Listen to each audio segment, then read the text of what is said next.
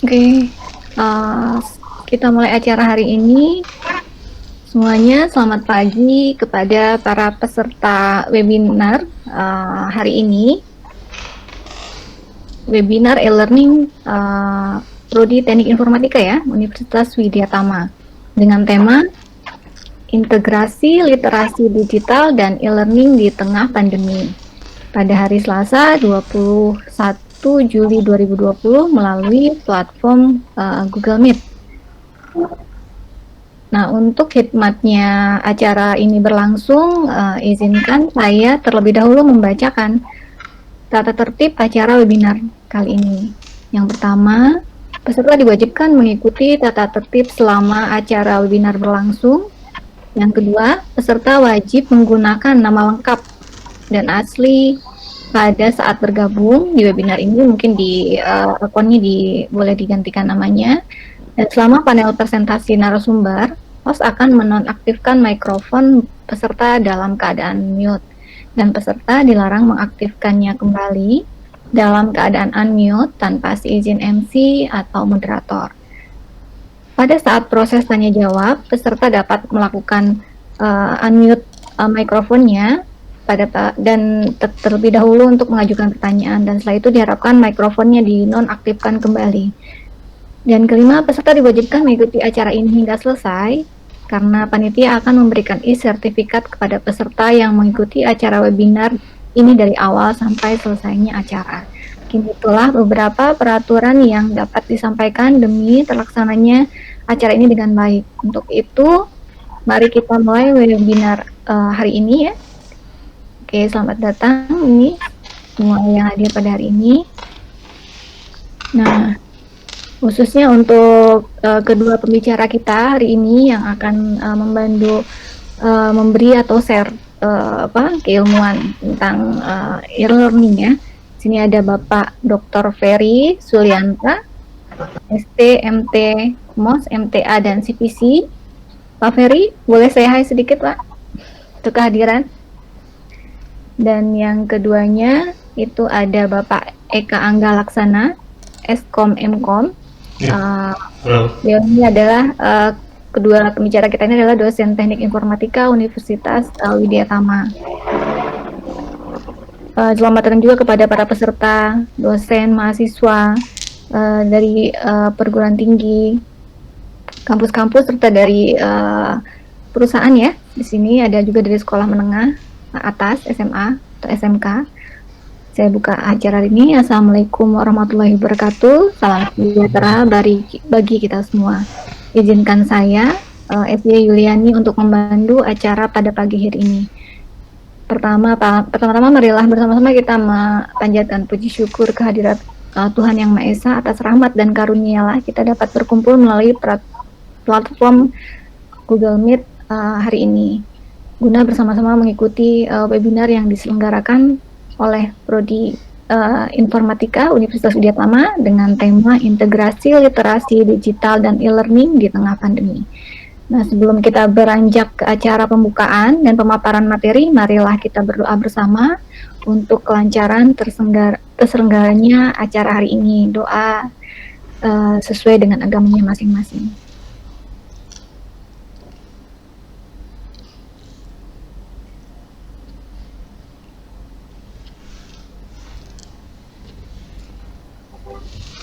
Amin. Oke, selanjutnya semua peserta yang hadir hari ini yang saya hormati, mari mungkin ada dua patah kata dari ketua pelaksana kita untuk acara webinar hari ini, Bapak Eka Angga. Oke, boleh. Singkat aja ya. Mangga, silakan Pak. Ya. Oke, terima kasih udah yang peserta yang sudah menyempatkan waktunya untuk bergabung di acara hari ini. Terima kasih juga untuk Ibu Kaprodi ya sudah hadir, Ibu Sriani Violina menyaksikan acara ini, dan juga beberapa peserta yang sudah masuk ya, ada dari beberapa universitas di sini tercatat, dan juga ada dari SMA, beberapa SMA. Ini luar biasa antusiasnya. Nanti yang belum hadir masih kita tunggu ya, nanti akan makin banyak yang kumpul. Dan beberapa PT perusahaan juga ada ya. Ini Saya menyambut dengan baik karena sudah hadir di sini. Ini banyak sekali, jadi saya nggak bisa sebutkan satu persatu. Bersama pribadi juga ada, dan mahasiswa Widyatama juga saya yakin ini banyak ilmu yang bisa didapat di sini. Ya, terima kasih juga udah hadir. Nanti silahkan disimak baik-baik dan ambil ilmu yang bermanfaat dari sini. Seperti itu. Sudah cukup dari saya, sambutannya singkat aja ya, karena waktu kita terbatas. Silakan. Oke, terima kasih atas sepatah patah katanya dari Bapak Ketua Pelaksana kita hari ini. Selanjutnya kita masuk ke inti acara saja ya Pak ya. Ya, untuk pembicara pertama itu Bapak Dr. Ferry Sulianta, STMT, akan membawakan topik digital literasi di tengah pandemi ya. Nah, saya bacakan sedikit tentang CV beliau. Bapak Dr. Ferry Sulianta, STMT, MOS, MTA, dan CPC. Beliau mengawali karirnya pada tahun 2001 sebagai Chief Information Officer. Saat ini aktif mengajar sebagai dosen tetap di Universitas Widyatama dan di beberapa perguruan tinggi. Seperti BINUS University, Telkom University, ITHB, ITENAS, SMTB, dan sebagainya. Berbagai aktivitas lain yang dilakukan yaitu motivator, life coaching, wirausaha, dan aktif dalam beberapa komunikasi profesi. Bidang riset yang menjadi ketertarikannya antara lain information teknologi, deep learning, sosioinformatik, dan social study education. Kegemaran beliau menulis membuatnya didapat oleh Muri pada tahun 2016, luar biasa ya, sebagai penulis buku teknologi informasi terbanyak, dan pada akhir tahun 2018 Leprit ya ini pemberian apresiasi sebagai penulis dengan kategori buku terbanyak, yakni 19 kategori untuk 88 buku. Wow, luar biasa ya Pak Ferry, congratulations. Dan sampai saat ini Bapak Ferry Sulianta sudah mempublikasikan lebih dari 95 judul buku. Nah, mungkin saya sedikit bacakan karena agak panjang ya, objektifnya lebih ke to be competent lecturer, writer, udah sama sebenarnya. Nah, tempatnya tidak kita masuk ke acaranya langsung saja. Waktu dan tempatnya saya persilakan Bapak Dr. Ferry.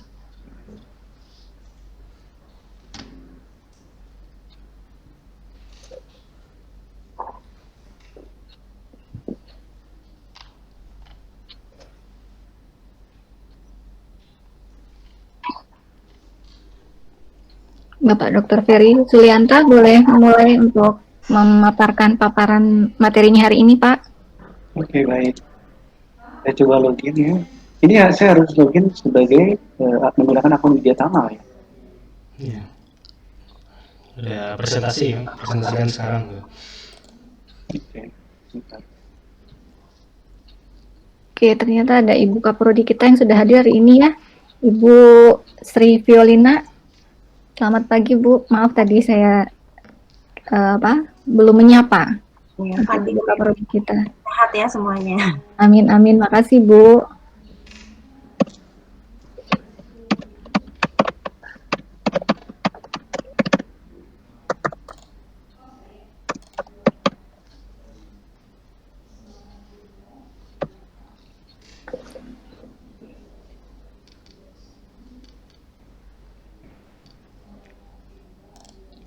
Nah, muncul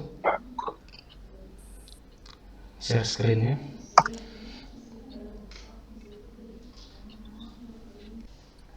Oke, atau mau Pak Eka terlebih dahulu yang memaparkan, Pak Eka?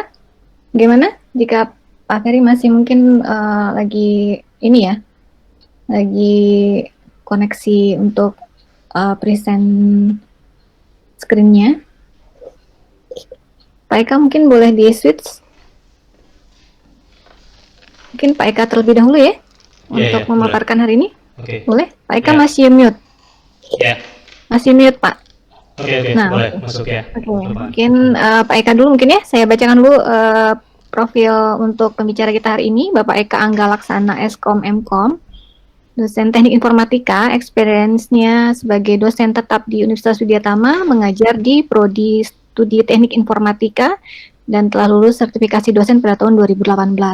Beliau juga sebagai administrator dan developer untuk kuliah online kita di Universitas Widyatama, menduduki sebagai staf ahli bidang pengembangan sistem pembelajaran administrasi di website kuliah online Universitas Widyatama, profesional web developer dan sistem analis, dan juga programmer dalam membuat satu website dan sistem di lingkungan kampus. Konsultannya di antara Widyatama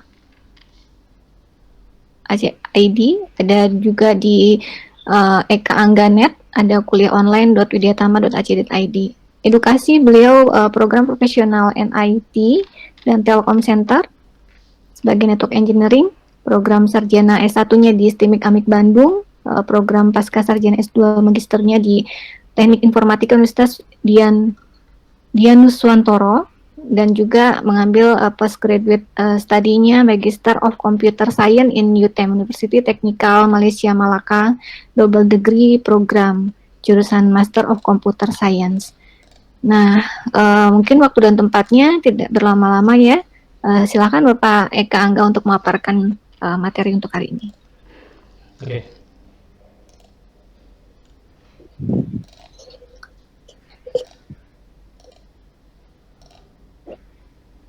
Ya, saya set dulu untuk ininya ya, untuk PowerPoint-nya.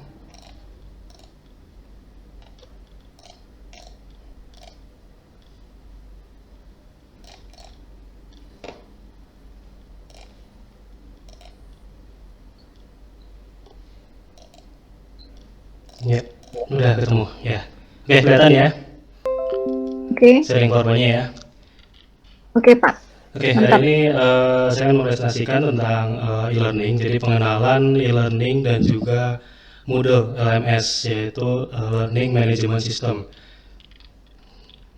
Jadi ini sekedar sharing ya apa yang sudah kita lakukan, dan semoga dari apa yang saya sampaikan ini bisa bermanfaat. Jadi karena sekarang itu sudah ramai gitu kan tentang e-learning, PJJ dan lain-lain, saya akan coba ungkapkan esensinya dan juga beberapa profil keunggulan di sini yang sudah kami rasakan dan mungkin juga nanti akan bermanfaat bagi teman-teman yang ada di sini.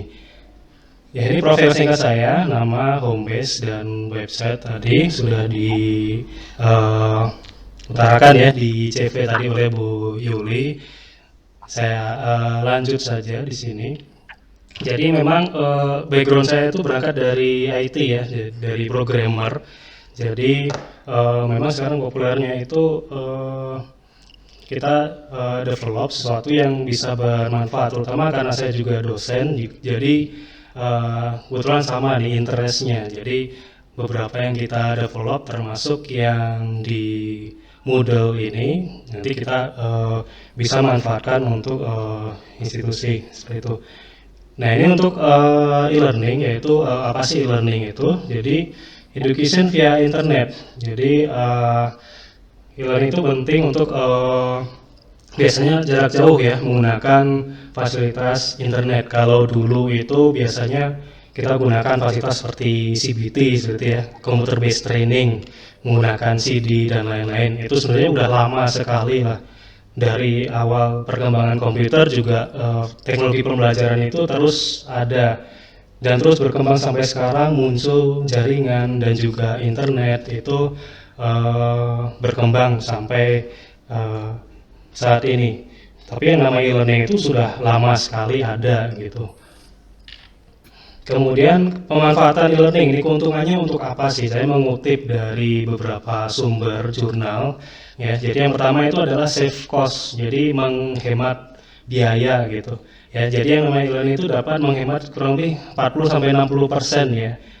Training atau pelatihan atau proses belajar mengajar ya, secara tradisional ya, secara tradisional tatap muka seperti itu, ternyata ini lebih menghemat dari segi biaya, seperti travel untuk perjalanan, fasilitas seperti itu kan kita lebih menghemat gitu, biaya administrasi, salary dan lain-lain itu kita bisa hemat di situ. Kemudian bisa meningkatkan learning atau proses pembelajaran ya. Jadi e-learning itu menggunakan ada teknologi di dalamnya ya, yaitu yang menjadi asisten. Jadi kalau misalkan si siswa itu hanya belajar dari sumber literatur, buku dan lain-lain, dia membaca di rumah, itu di sistem e-learning itu selalu ada sebuah sistem yang dapat membantu mereka, teknologi yang membackup proses belajar mereka. Kemudian ada interaksi di situ. Tentu saja karena teknologi informasi ya namanya ya, pasti interaksinya juga akan lebih intens antara instruktur dan juga active learner atau si siswa itu sendiri atau mahasiswa itu sendiri, interaksinya akan lebih intens.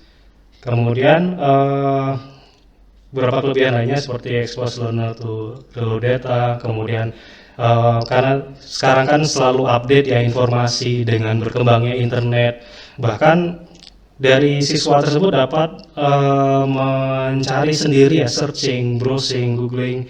Kalau materi dari kita guru dosen itu kan mungkin terbatas pada satu modul materi ya, mungkin setiap tahunnya sama itu lagi gitu kan. Tapi kita bisa bebaskan si siswa itu, bahkan dia bisa update informasi yang terkini. Dan itu juga nanti dia akan secara experience juga akan semakin dalam gitu yang dilakukan oleh si mahasiswa atau siswa tersebut. Oke, kemudian itu untuk extra advantage ya, jadi keunggulan ekstranya, jadi bisa mendapatkan instruction yang jelas, clear seperti itu, kemudian training just in time, kemudian dari jadwal kita bisa terukur, kemudian aksesnya yang lebih fleksibel ke instruktur, dan juga learning style-nya kita bisa adaptasikan terutama dengan memanfaatkan multimedia, perangkat multimedia di e-learning ini. Kemudian ada beberapa efek-efek positif yang dihasilkan oleh e-learning ini ya. Apalagi tadi dibantu dengan adanya teknologi ya. Kemudian ada beberapa keuntungan juga untuk instruktur atau pengajar, dosen, guru seperti itu.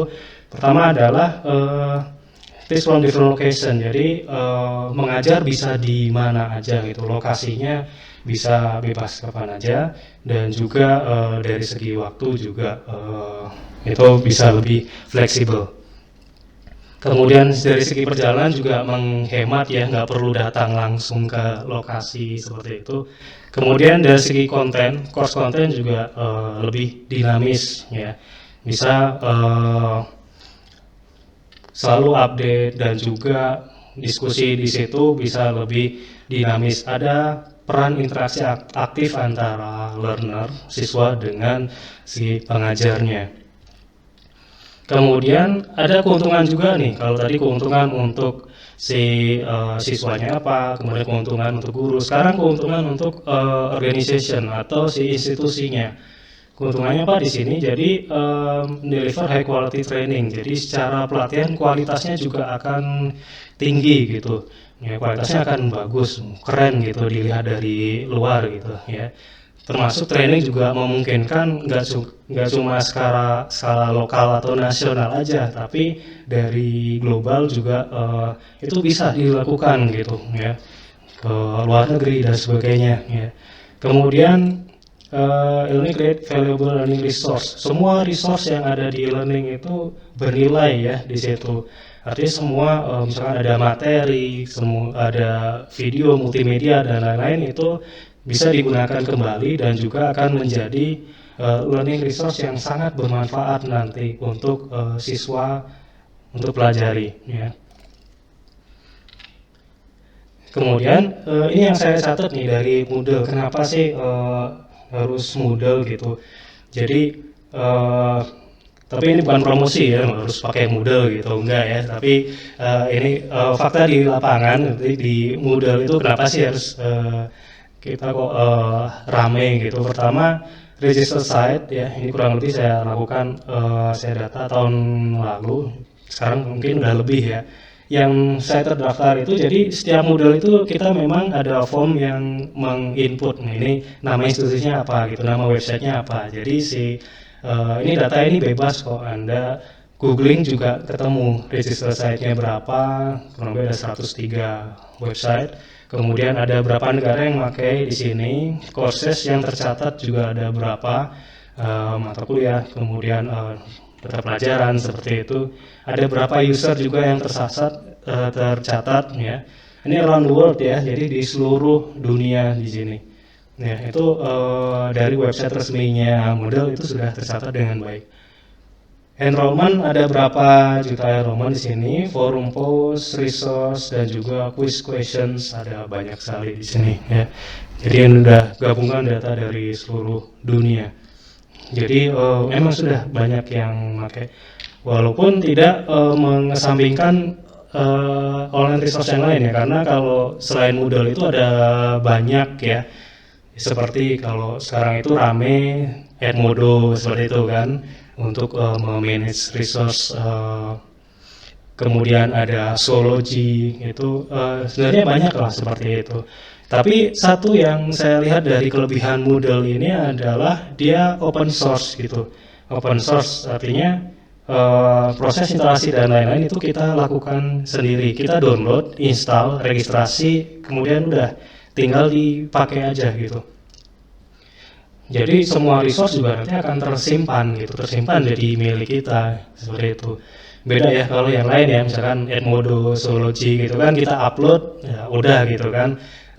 Mungkin resource-nya ya agak sulit kita manage karena itu kan kita nebeng di punya orang gitu ya. Kemudian complete LMS, jadi Learning Management System. Jadi ini satu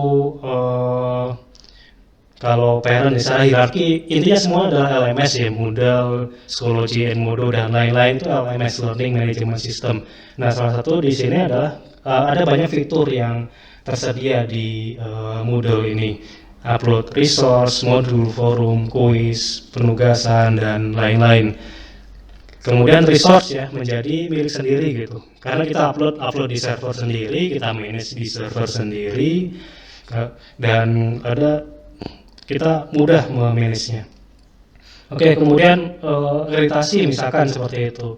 Ya, karena kadang kita juga direpotkan hal-hal terkait akreditasi seperti itu kan, catatan dan lain-lain.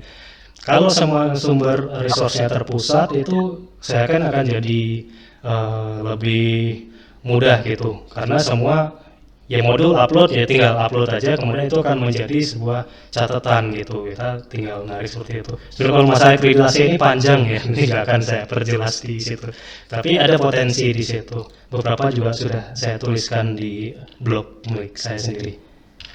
Oke, kemudian ini contoh ya kenapa dikatakan komplit seperti itu, yaitu kita bisa menambahkan activity atau resource di sini. Misalkan banyak sini assignment, attendance untuk kehadiran, kemudian untuk chatting, kemudian ada banyak ya external tools, forum dan seterusnya, survei, kemudian file, book dan seterusnya.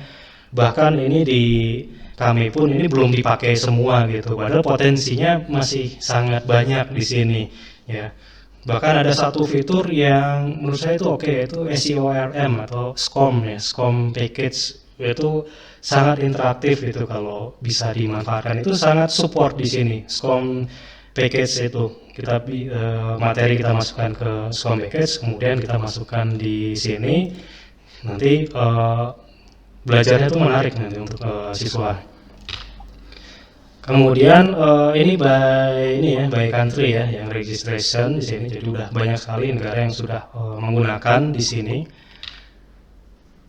Oke, kemudian kurang lebih ada lebih dari 78 juta user di seluruh dunia. Contoh yang saya catat di sini ya mungkin udah berubah ya, di UI Universitas Indonesia ada Scale, kemudian kuliah ITB, kuliah Unian Undip, kemudian kuliah Unian Universitas Diponegoro, Kulon disingkat, saya lihat seperti itu.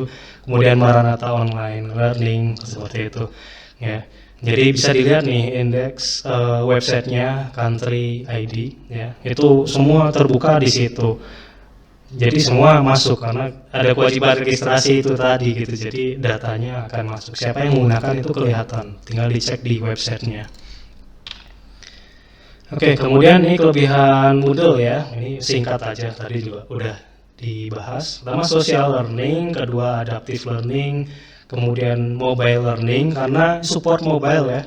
Dicari di App Store, di Play Store gitu, di Android itu ada aplikasinya Moodle. Nanti login ke situ, bisa masuk ke websitenya ke dalam bentuk mobile seperti itu. Jadi lebih fleksibel ya. Mau mengakses segala resource-nya itu bisa menggunakan HP. Kemudian cloud hosting ya, itu banyak cloud hosting yang sudah support ya. Jadi nggak terlalu banyak requirement di situ. Kecil juga nggak apa-apa gitu ya. Jadi nggak ada masalah di situ. Kemudian gamification ya, ada game-game juga ternyata di situ ya, game-game seperti TTS gitu, misalkan biar menarik gitu, kita bikin soalnya dalam bentuk TTS gitu, misalkan teka-teki silang gitu kan, ternyata ada di sini. Jadi udah ada gamification juga di Moodle ini, micro learning dan juga analitik. Analitik itu untuk track compliance, course completion. Jadi kita bisa cek, si siswa ini dia sudah capaiannya sudah mana. Misalkan ada beberapa aktivitas itu 10 aktivitas, dia sudah mengakses 8 gitu, misalkan udah mengakses semua, udah full. Misalkan seperti itu. Itu untuk track compliance, kemudian kompetensi, ada setting kompetensi juga di situ, lebih itu keuntungan dari Moodle itu. Oke, kemudian nah ini yang kami anut ya, aturan-aturan juga ternyata sudah disupport oleh pemerintah, regulasi ya. Mungkin teman-teman yang bergerak di bidang perguruan tinggi, pendidikan tinggi juga pasti udah hafal ya, tentang aturan pemerintah terkait PJJ ini. Jadi sekarang juga sudah bahkan sebelum pandemi juga ini sudah dirancang ya, tahun 2012 ini tentang PJJ atau pendidikan jarak jauh ya. Jadi secara legal, secara formal juga sudah diatur, secara undang-undang itu ada ya. Kemudian regulasi lainnya, ini saya kutip yang khusus untuk pendidikan tinggi ya. Nanti untuk sekolah ya saya yakin pasti ada juga gitu kan. Ya, contoh ini untuk pendidikan tinggi, untuk perguruan tinggi, menyelenggarakan PJJ, sekolah jarak jauh, itu ada regulasinya ya. Peraturan menteri dan lain-lain. Oke, kemudian saya sedikit share ini yang kami lakukan di sini. Ini nggak masalah ya saya share, karena ini juga pernah saya posting juga di websitenya, jadi semua orang juga bisa lihat gitu.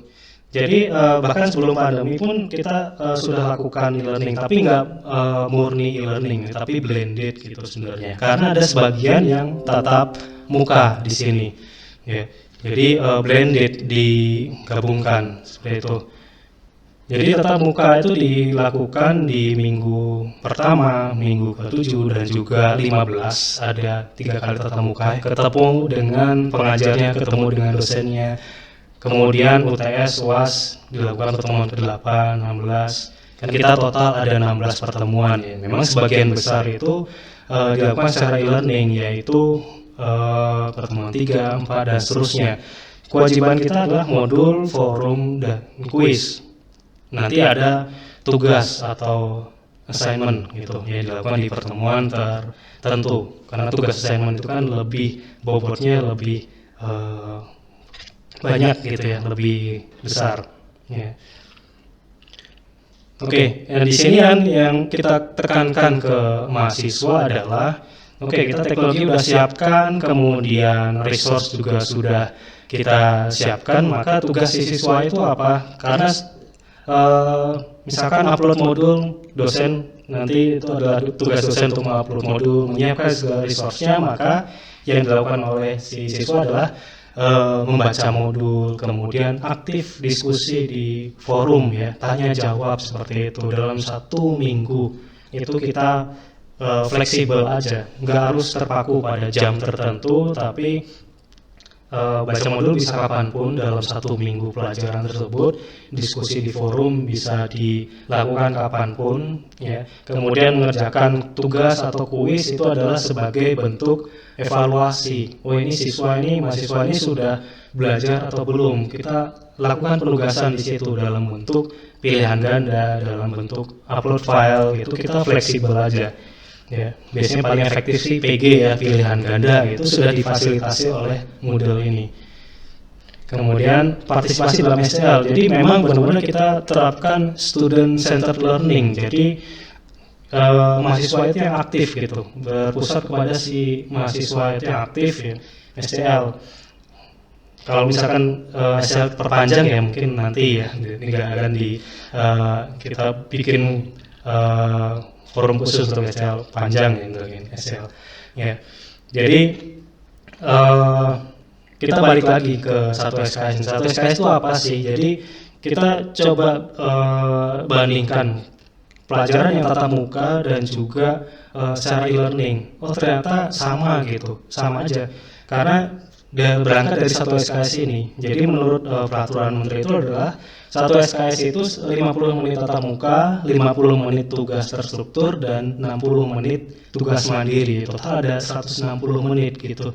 Ya. Jadi 50 tatap muka itu kan kalau di perguruan tinggi ya, itu kan di kelas ya, satu SKS gitu. Kalau 2 SKS kan jadi 100 menit seperti itu. Nah, sekarang kita bandingkan kalau misalkan e-learning nanti jadi seperti apa gitu. Karena satu SKS kan dalam rentang waktu 1 minggu kan, seperti itu. Jadi 50 menit tatap muka itu nanti digantikan dengan atau setara dengan forum ya.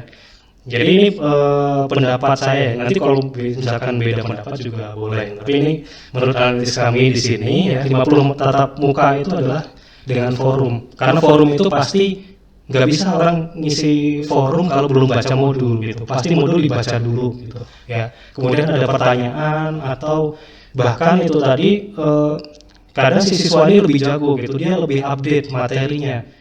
Kalau misalkan di modul itu materi terbatas, dia akan mencari di Google update terkini, ilmu terkini itu apa gitu.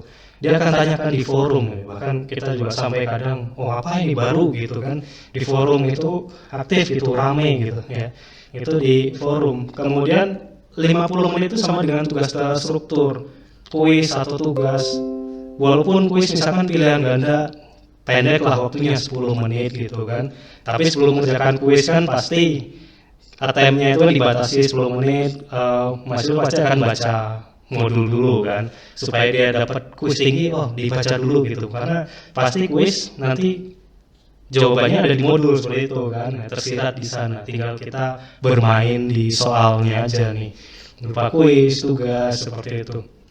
Kemudian tugas mandiri juga modul ya, bisa baca modul, bisa review pendalaman materi, bahkan siswa tersebut browsing tentang teknologi terkini, tentang materi yang berkaitan dengan topik-topik itu juga masuk tugas mandiri gitu. Dia latihan, dia nguprek sendiri, itu yang tugas mandiri yang kita nggak bisa monitor lah, tapi si siswa tersebut yang nanti akan aktif gitu mendalami materinya seperti itu.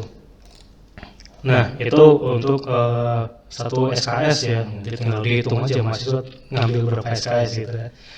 Jadi ini yang sudah saya tegaskan berkali-kali, termasuk ke mahasiswa gitu kan. Intinya sih disiplin gitu ya untuk siswa. Jadi tinggal diatur waktunya. Misalkan Senin Selasa karena itu adalah waktunya untuk upload, maka Senin Selasa itu terserah mau jam berapa, yang penting baca modul gitu. Baca modul, materi dan lain-lain. Kadang juga baca modulnya diulang-ulang gitu kan. Oh, kurang paham kayak gitu. Apa sih materinya gitu kan, itu hari Senin Selasa itu bisa dilakukan untuk baca modul gitu. Kemudian Rabu Kamis itu bisa dilakukan untuk ngisi forum, kan habis baca modul itu kan ada beberapa hal yang nggak ngerti atau dia punya update ilmu terkini, ngisi forum aja, tanyakan di forum di situ. Karena forum itu kan umum ya, semua peserta bisa lihat, semua peserta bisa cek, kemudian bisa ya sama-sama saling membaca seperti itu. Ya forum diskusi lah pada umumnya seperti itu. Kemudian cuma Sabtu mulai mengerjakan kuis tugasnya, ya. Makanya kuis itu dikerjakan dapat nilai nanti secara otomatis keluar, misalkan secara PG gitu, pilihan ganda gitu, ya. Jadi ini ideal ya, idealnya mungkin seperti ini, tapi mungkin bisa beda ya, tergantung nanti pengajarnya seperti apa. Pola-pola seperti ini ya yang umum kita lakukan di sini. Jadi terpenuhi pola 1 SKS itu 160 menit ya. Mungkin bahkan lebih gitu. Jadi bisa aja seperti itu, rajin gitu kan mahasiswanya. Oke, kemudian dari segi teknis, artinya dari dukungan dari segi peserta itu juga kita penting ya, pesertanya juga antusias gitu, kita juga senang gitu. Tapi dari segi sistem juga kita siapkan di sini, terutama apa? Infrastruktur server juga harus muat untuk secara hitung-hitungan kita bisa orang jaringan pasti tahu, orang IT pasti tahu kebutuhan untuk server seperti apa dengan jumlah mahasiswa sekian seperti itu, servernya berapa, kemudian dari segi SDM ya, kemudian dari peserta dosen mahasiswa seperti itu. Kemudian server bisa gunakan untuk VPS ya, jadi untuk banyak lah, itu bisa googling itu banyak kali untuk VPS. Kemudian teknologi web server ini untuk teman-teman yang mahasiswa yang IT ya, instalasi Nginx, PHP, RPM, kemudian pengetahuan tentang HTTP, HTTPS, Linux, apalagi itu harus ngoprek di Linux. Kemudian kalau bisa programming itu lebih bagus lagi. Memang kita siapkan dari segi programmingnya, di sisi backup di servernya administrator memang harus ada admin, lebih bagus lagi dia jago programming gitu ya, karena ada HTML, CSS, JavaScript di situ. Makanya saya selip di sini teman-teman fresh graduate ini peluang yang sangat bagus ya, karena sekarang lagi ramai seperti itu. Anda punya kemampuan teknologi di sini aja membuat satu e-learning, menyiapkan satu e-learning untuk institusi, saya yakin banyak yang butuh, banyak yang mau di situ ya. Itu juga peluang buat teman-teman mahasiswa seperti itu ya. Kemudian dari segi SDM ya, yaitu memahami pemrograman, Moodle, kemudian administrasi server, troubleshooting, apalagi ini paham tentang aturan-aturan seperti itu ya, paham pendidikan tinggi, akreditasi dan lain-lain, itu lebih oke ya. Kemudian dari segi dosen, nanti kita siapkan pelatihannya, memang harus di training dulu, karena untuk dari segi pengajar itu awal mungkin belum tahu tentang operasi Moodle itu sendiri ya. Lebih bagus lagi dia pengajar dan juga IT expert gitu ya. Jadi pengajar juga programmer juga gitu kan. Karena ada beberapa masalah yang trouble yang harus diselesaikan dari sisi programmer gitu, dari segi programming seperti itu. Kemudian kualitas pembelajaran ya.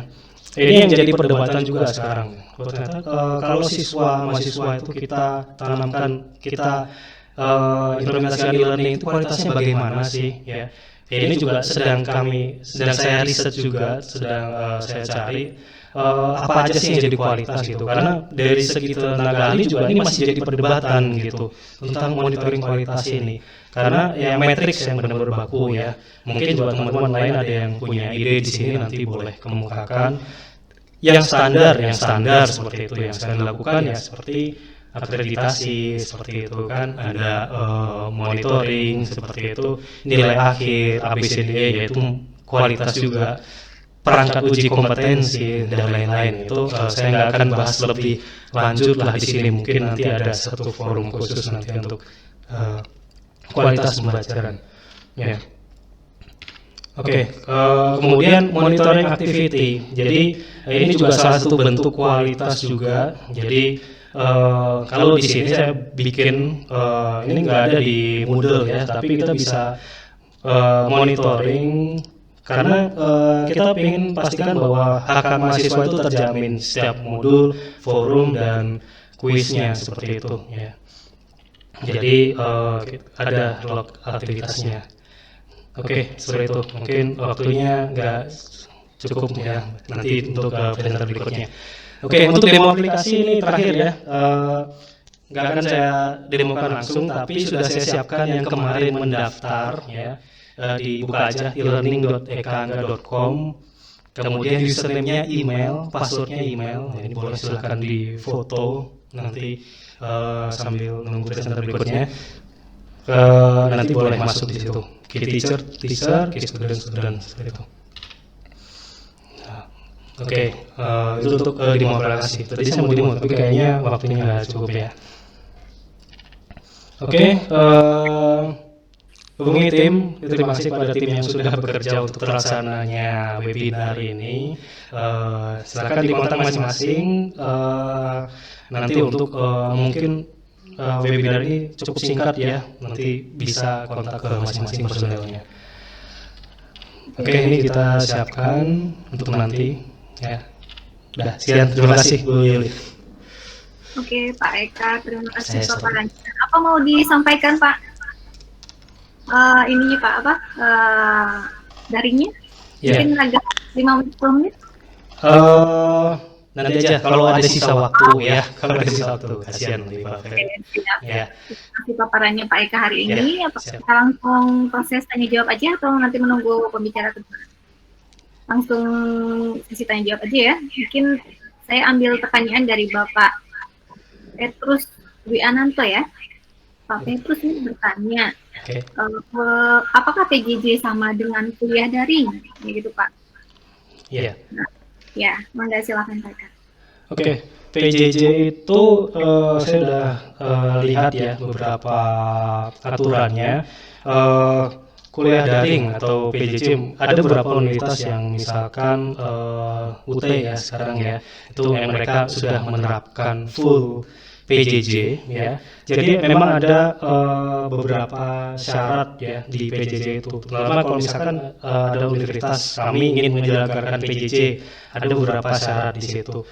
Jadi yang dilakukan sih sama seperti tadi menggunakan model seperti itu. Tapi syarat-syaratnya itu misalkan kita bisa membuka kampus di daerah mana gitu kan, misalkan di luar kota seperti itu ya. Hanya memang beberapa persyaratannya itulah yang saya sedikit lupa itu yang mana. Intinya sih ya menurut saya sama aja gitu. Ini ya PJJ itu. Artinya PJJ itu regulasi untuk nanti karena e-learning itu ada, maka muncullah regulasi PJJ. Nah, seperti itu. Ya. Mungkin nanti teman-teman ada yang bisa menjelaskan lebih lanjutnya, seperti itu. Oke, mungkin untuk pertanyaan berikutnya kita gabung setelah pembicara kedua mungkin ya, Bapak-Bapak Ibu sekalian yang hadir hari ini. Mungkin waktu saat yang sekarang ini kita akan masuk ke pembicara kedua ya, itu dengan topik digital literasi di tengah pandemi. Jadi kebetulan Dr. Ferry sudah mencoba untuk memaparkan di awal, tapi karena ada kendala teknis, mungkin sekarang sudah mulai bisa ya Dr. Ferry. Silahkan dipaparkan untuk topik hari ini.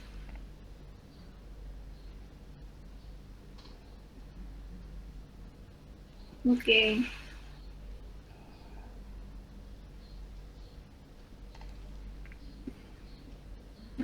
Oke, bisa ditampilkan. Presentasinya bisa terlihat ya. Presentasi bisa terlihat. Masih belum, Pak? Atau saya Pak Ferry. Ini sama Pak Eka. Ini sudah live. Kalau di sini sudah live presentasi. Sudah Pak, Oh sudah iya, Pak. lagi loading. Sip. Sudah bisa Pak Ferry. Kayaknya there is something wrong with the internet connection maybe. Oke, ini tidak mengubah konten dari tema kita ya, sama saja baik di awal atau di akhir sama saja. Jadi saya ingin mengangkat tema terkait dengan literasi digital di tengah pandemi ya. Jadi in this case kita have to deal with pandemic ya, worldwide, dan untuk itu kita juga harus beradaptasi dengan yang namanya new normal. Dan kita menjajaki dan kita tidak tahu new normal yang benar-benar suitable dengan kita, terutama di Indonesia juga seperti apa, termasuk juga di negara-negara lain pun demikian ya. Misalnya saja di Inggris waktu mereka mencoba untuk new normal, kemudian terkendala dan akhirnya membuat perubahan kebijakan terkait dengan new normal gitu. Dan ternyata ini juga mempengaruhi di ranah edukasi ya. Bidang edukasi mendapati impact yang sangat besar dari kondisi seperti ini dengan pandemik seperti ini. Demikian sehingga bisa jadi ini mengancam proses belajar mengajar.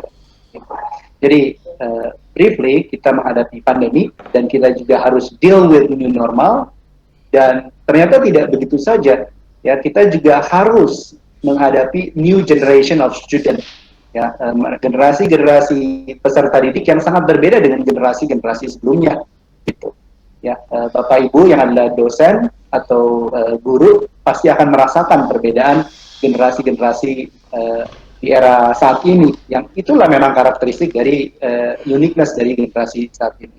Dan juga tidak usah khawatir, kenapa? Karena kita di-empower oleh teknologi.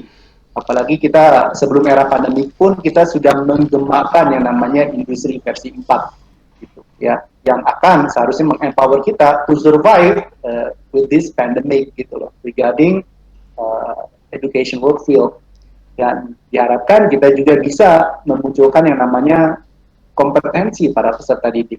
Ya tentu harus ada perubahan, there is a changing behavior ya, dengan menggunakan perangkat teknologi informasi, dengan juga new normal ya. Tapi trennya memang seperti itu. Terlepas apakah nanti ada atau apakah itu ada pandemik atau tidak, tetap saja yang namanya kompetensi tentu menjadi hal yang utama ya. Terus juga kita perlu menggunakan perangkat teknologi informasi yang memang pada dasarnya sudah mumpuni saat ini. Dan dengan adanya pandemi seperti ini, dalam aspek atau mungkin point of view yang positif, ya tentu banyaknya negatif ya, tapi kalau kita melihat aspek positifnya, ini bisa mengkatalisir kita untuk jump to the transformation, new education, new normal education, ya, menggunakan teknologi informasi. Dan untuk memahami atau mungkin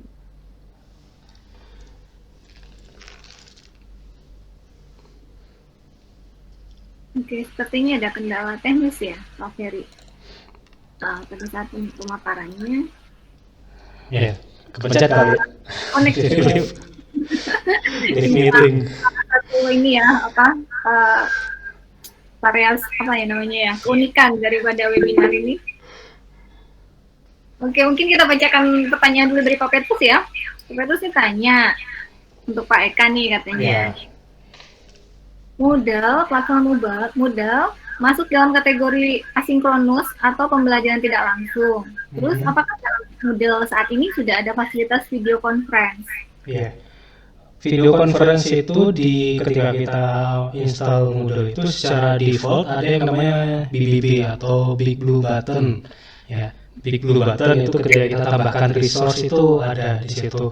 Itu sejauh yang saya gunakan itu free, Pak. Jadi itu free. Mungkin ada beberapa kasus yang dia kepotong di tengah-tengah seperti itu. Saya juga kurang tahu, tapi itu bisa dimanfaatkan. Itu fitur premium juga ada di situ. Itu BBB. Jadi melengkapi video conference ya. Jadi kalau Moodle ini ada modul, kemudian forum seperti itu, kita lengkapi dengan conference, ingin tatap muka secara conference itu bisa. Atau kalau pakai Zoom, ya kita share aja di Moodle-nya, ini link Zoom-nya. Kita bikin schedule seperti itu, untuk link Zoom-nya juga bisa. Ya, seperti itu. Oke, ada Pak Sandi Naruto ini bertanya juga, Pak. Jika PJJ sudah dinyatakan secara legal oleh pemerintah, terus kenapa akreditasi prodi yang PJJ belum minimal B? Apakah karena standar penilaian untuk PJJ dan asesor ban PT untuk PJJ belum ada? Katanya gitu, Pak. Boleh Pak, ini Pak. Iya.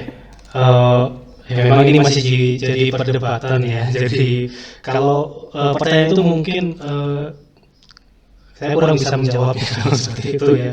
Mungkin Bu Ai Rosita mungkin yang lebih paham tentang aturan tentang PJJ itu sejarahnya bagaimana. Karena saya di sini juga membahas dari sisi teknologi gitu kan. Teknologi sudah oke, persiapannya, baru setelah itu tinggal regulasinya. Itu kita memang harus ikuti pemerintah maunya seperti apa. Oke, Bu Ai juga kalau mau sharing boleh ya sambil menunggu Pak Ferry bisa on lagi. Dan Pak Petrus bertanya lagi nih Pak, bagaimana cara pembelajaran praktek menggunakan Moodle? Yeah. Mungkin nggak Pak katanya kalau praktek atau Iya. praktik mungkin ya Iya. menggunakan. Ya betul, itu pertanyaan yang bagus. Itu saya juga mengalami Pak. Jadi untuk mata kuliah saya di informatika juga berkaitan dengan programming, ya. Saya itu kadang kalau praktek itu berkaca pada diri sendiri Pak dulu. Dulu ketika saya kuliah itu dosen itu hanya mengarahkan aja, sisanya itu siswanya yang otodidak belajar gitu. Saya bisa coding, bisa apa juga dulu dari internet gitu kan. Kadang saya juga nggak tahu, kemudian tanya ke dosennya, ini tutorial yang bagus apa sih? Oh, tutorial ini kamu bikin seperti ini, tutorialnya ada seperti itu. Atau sekarang kan udah ada YouTube, seperti itu banyak tutorial di situ, banyak yang bisa dipraktekkan. Itu dari sisi informatika ya. Makanya SCL itu kan aktif sih siswanya itu, mahasiswanya itu aktif untuk belajar seperti itu. Kita pengajar, kita dosen mengarahkan, oh kamu belajarnya ini dulu, terus ini, step by stepnya lah kita atur seperti itu. Oke. Mungkin Bu Ai mau mencoba menjawab Pak tentang pertanyaan kebijakan Pak, mungkin sebagai apa yang expert di bidangnya. Profesor ya. Kalau misalnya pertanyaan dari Pak Sandi ya. Nah ini ya mungkin yang praktek itu memang kita perlu otodidak atau apa ya namanya ya. Bu Ai boleh masuk silakan Bu. Ini ada pertanyaan dari Pak Sandi Bu. Oke, Assalamualaikum warahmatullahi wabarakatuh. Saya nggak on kamera ya, Bu ya? Apa-apa, Bu. Ini pertanyaan Bu, katanya, jika PJJ sudah dinyatakan secara legal oleh pemerintah, kenapa akreditasi prodi yang PJJ itu belum minimal B? Dan apakah karena standar penilaian untuk PJJ dan asesor ban PT untuk PJJ belum ada? Katanya begitu Bu, mangga Bu. Oke, kalau saya refer kepada dasar hukumnya bahwa Undang-Undang Perguruan Tinggi itu kan nomor 12 tahun 2012 ya. Di pasal 31 tentang pendidikan jarak jauh itu menjelaskan bahwa proses belajar mengajar yang dilakukan secara jarak jauh melalui penggunaan berbagai media itu disahkan, tetapi ada syarat lain bahwa di undang-undang tersebut bahwa kalau mengadakan PJJ itu syaratnya adalah prodinya harus A. Gitu. Terus kemudian yang sudah melaksanakan PJJ secara konsisten itu adalah ITS, UI, terus kemudian Politeknik Negeri Ven. Yang swastanya itu kalau nggak salah itu Bina Nusantara.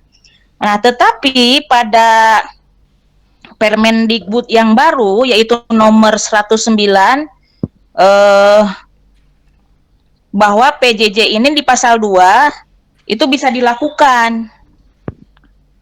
Bisa dilakukan, tetapi tidak menyatakan bahwa syarat-syaratnya.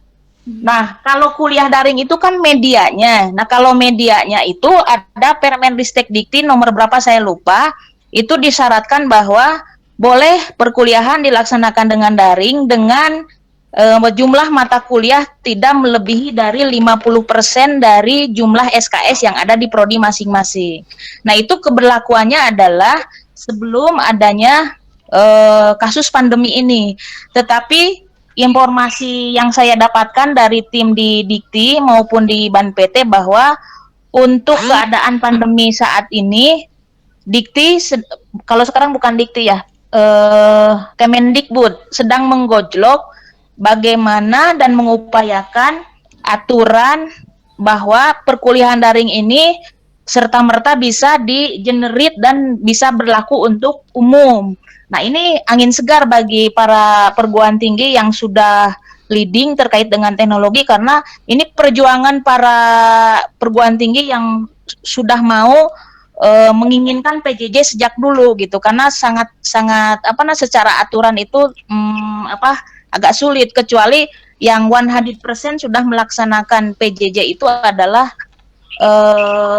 universitas terbuka. Mungkin itu, Bu. Jadi secara legal formal yang sudah disahkan oleh Kemendikbud itu sedang digodok, tapi PJJ-nya sendiri itu sudah ada aturannya, tapi dengan syarat-syaratnya gitu. Oke. Akreditasinya harus A prodinya, lalu kemudian harus ada kerjasama konsorsium, ada industri atau perguruan tinggi yang lain gitu, Bu. Mungkin itu yang disampaikan. Silakan Mangga untuk dilanjut. Oke, terima kasih Bu Aini untuk pemaparannya, untuk menjawab pertanyaan dari Bapak Sandi ya. Jadi pada dasarnya sudah ada izinnya Pak Sandi, gitu kan. Tapi memang ada beberapa poin yang harus terpenuhi agar bisa diakui lah, mungkin seperti itu ya. Nah, mungkin selanjutnya Pak Eka boleh mungkin sharing untuk Pak. Oke, Apa tadi? Kuliah daring itu Pak ya? oke, boleh. Demo ya. Nah, ini Ya, jadi sebenarnya kita saya tambahkan lagi mungkin untuk yang belum jangan terlalu terpaku ke PJJ-nya seperti itu. Artinya kita lakukan secara blended juga bisa kok, boleh gitu. Misalkan kita tatap muka gitu, pembelajaran kita lakukan dibantu dengan ASIS dengan teknologi itu saya rasa lebih baik gitu. Itu kalau misalkan nanti ya udah berakhir masa pandeminya itu bisa dikombinasikan blended seperti itu. Oke, untuk presentasi sistemnya nanti saya share tadi ya, tadi sempat kelewat, ada di slide-nya.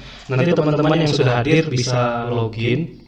Udah saya buatkan untuk username, passwordnya sudah saya buatkan. Mungkin yang registrasinya agak telat-telat gitu, tadi pagi gitu misalkan atau tengah malam itu mungkin nggak bisa login, belum saya buatkan. Tapi yang kemarin-kemarin udah oke.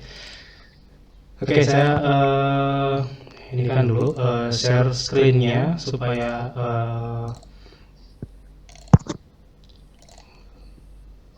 bisa login ya untuk demo aplikasinya. yang registrasi bisa langsung dipraktekkan ya PK ya. Iya.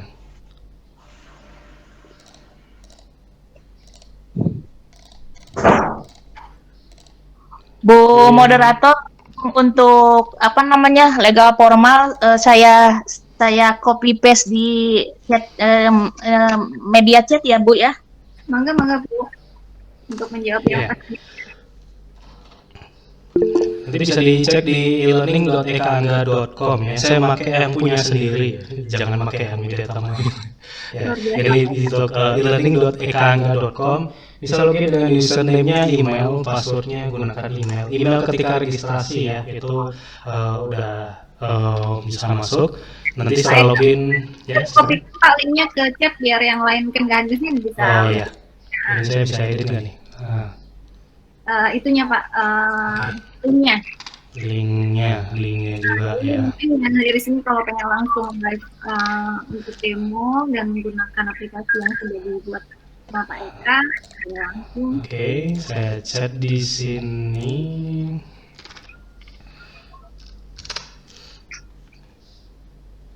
Oke, sudah di setting ya. Kemudian saya coba share window-nya.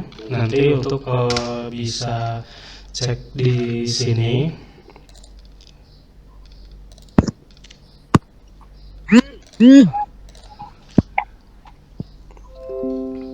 Oke, lagi proses. Oke. Peserta yang mungkin ada di depan komputer boleh langsung mengikuti ya. Dengan email dan passwordnya ini. Ya, ini available course di sini.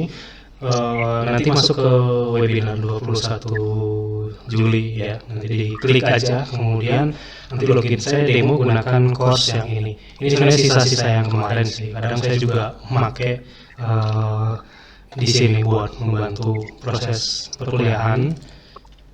Oke, diklik aja, kemudian masuk. Diklik yang mana nih Pak? Yang webinar Juli ya? Webinar 21 Juli, paling bawah ya. Username-nya email. Ya. Dan passwordnya juga kan. Passwordnya juga email.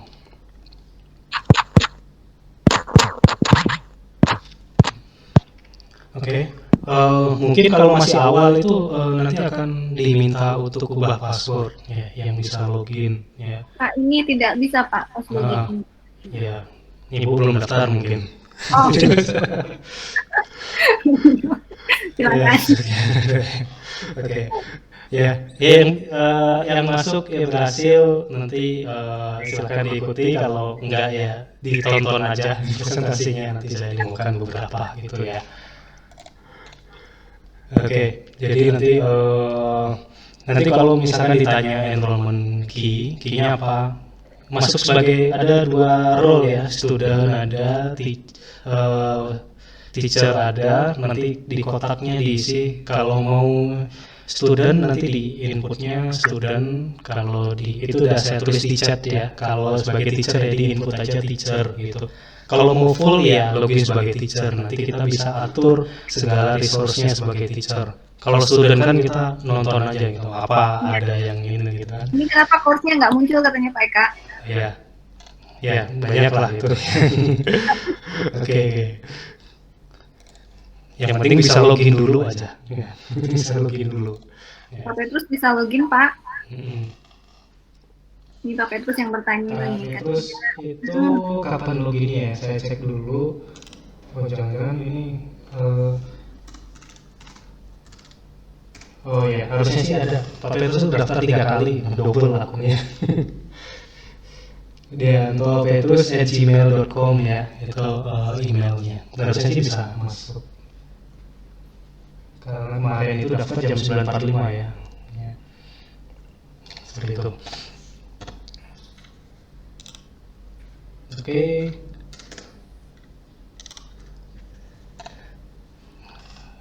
Lanjut aja, ini saya demokan. Untuk resource-nya itu di kanan atas nanti ada turn editing on. Nanti saya tunjukkan resource-nya apa aja di situ.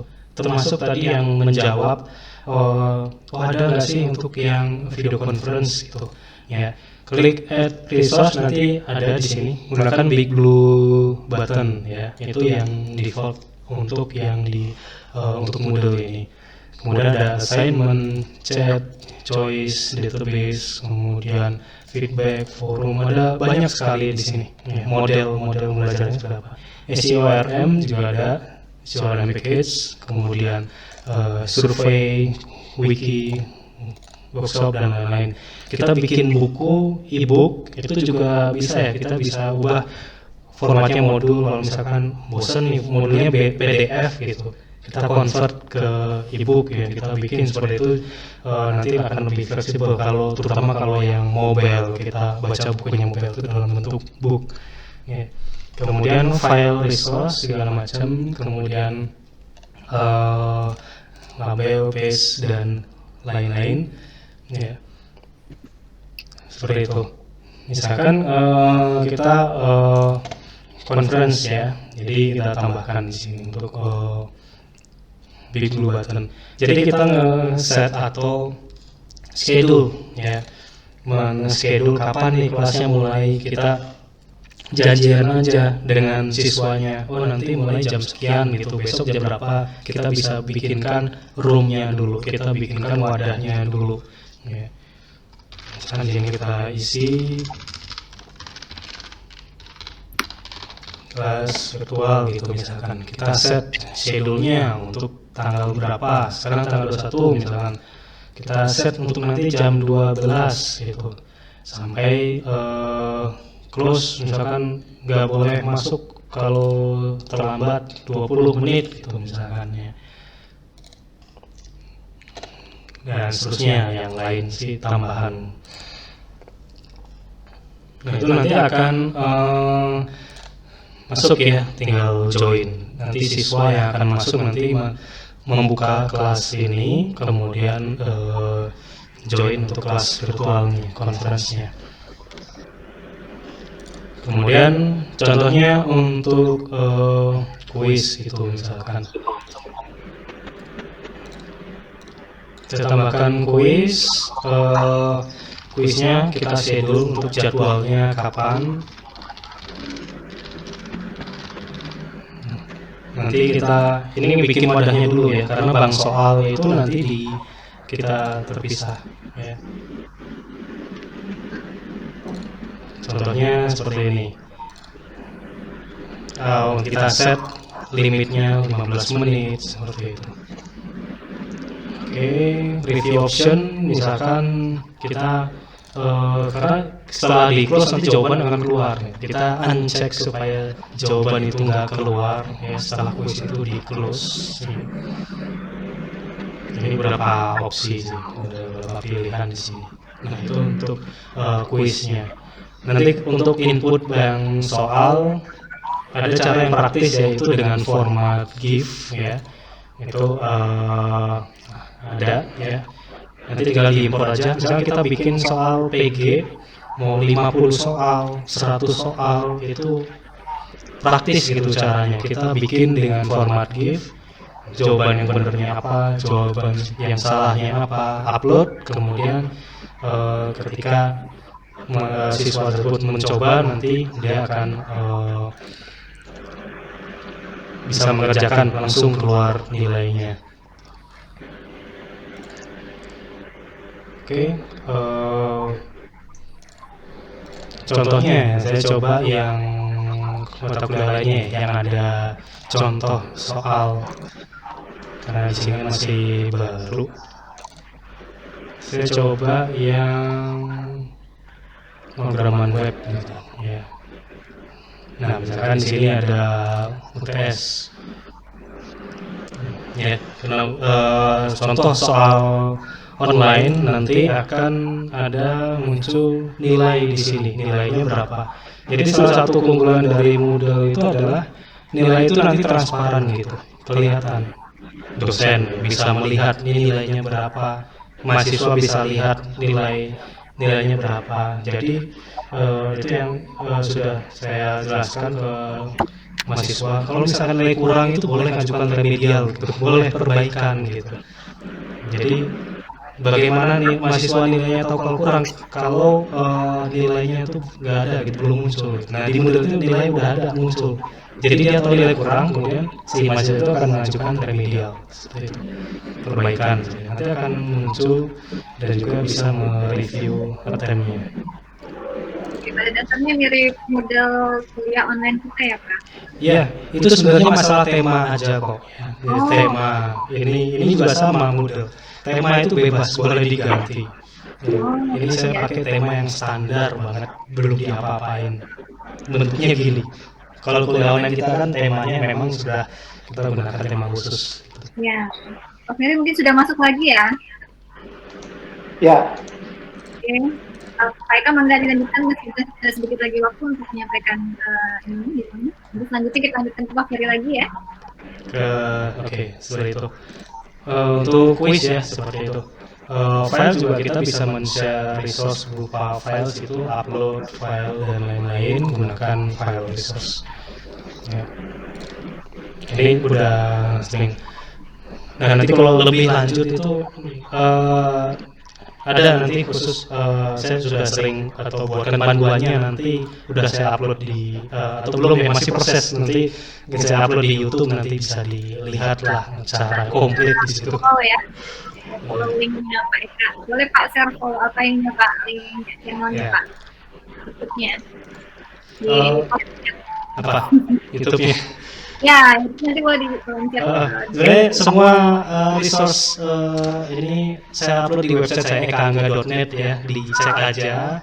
Nanti itu semua yang catatan saya share di situ, YouTube semua konten juga ada, itu nanti di check it out aja, dicek saja. Terima kasih pemaparannya Pak Eka.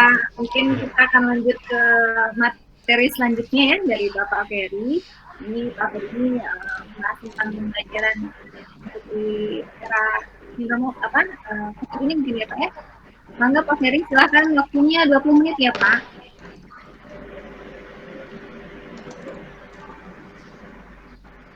Silakan Pak Ferry. Ya, oke, bisa di-share slide-nya di sana. Oke. Bentar ya, saya coba ya di sini. Ini kayaknya dari something wrong with the internet, sorry. Kalau tidak bisa saya melambat ya. Saya coba bantu. Oke, boleh. Oke, saya bantu.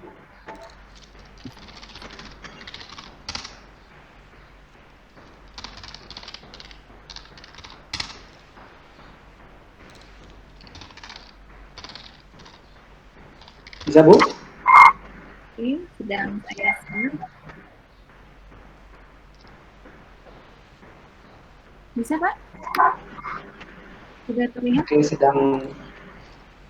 Oke, boleh. Jadi saya akan briefly ya, tapi efektif efisien. Jadi kita menghadapi pandemik, ya kita harus menghadapi new normal. Kita belum tahu new normal seperti apa, ya.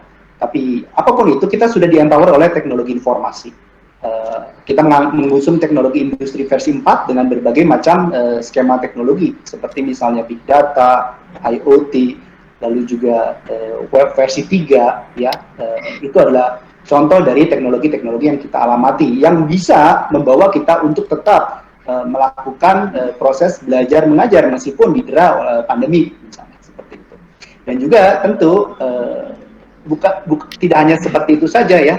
Kita punya challenge juga karena kita harus menghadapi generasi yang dikatakan berbeda dibanding generasi-generasi sebelumnya. Kita harus deal with generasi Z dan generasi Alpha di sini memiliki karakteristik yang berbeda gitu, dalam hal belajar, dalam hal mendapatkan informasi.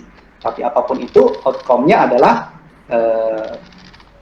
menciptakan peserta didik yang memiliki kompetensi.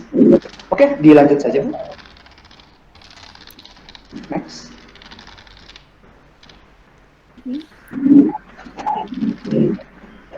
Ya, dan untuk memahami kondisi seperti apa sih, perangkat yang seperti apa sih, ya, lalu juga karakteristik yang seperti apa sih terkait dengan edukasi saat ini dan seterusnya, kita perlu melihat beberapa segi. Yang pertama adalah yaitu revolusi industri itu sendiri, ya. Bisa next, Bu.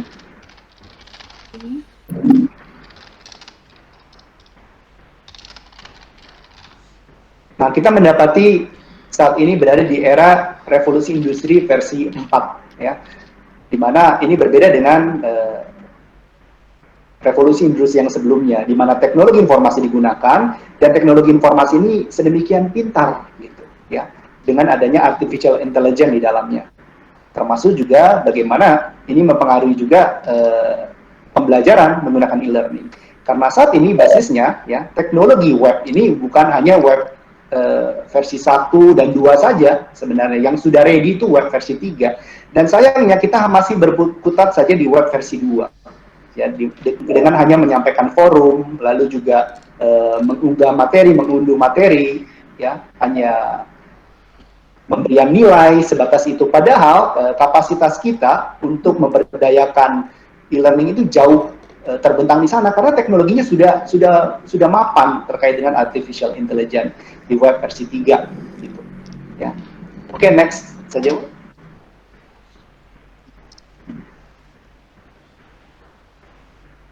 Nah, ini adalah beberapa contoh dari revolusi industri versi 4, yaitu adanya kecerdasan buatan, adanya IoT, cloud computing, big data, ya, di mana kita bukan hanya ngomongin user generated content platform. Kalau user generated content platform itu bahwa si pengelola web membuat suatu website dan audiensnya itu berinteraksi. Tapi web versi 3 jauh daripada itu.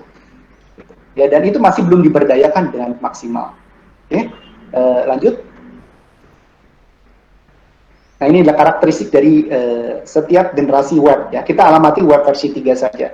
Di web versi 3, ya, sebenarnya kita bisa memanfaatkan teknologi ini dengan memberikan pendidikan atau pembelajaran secara personal untuk setiap student.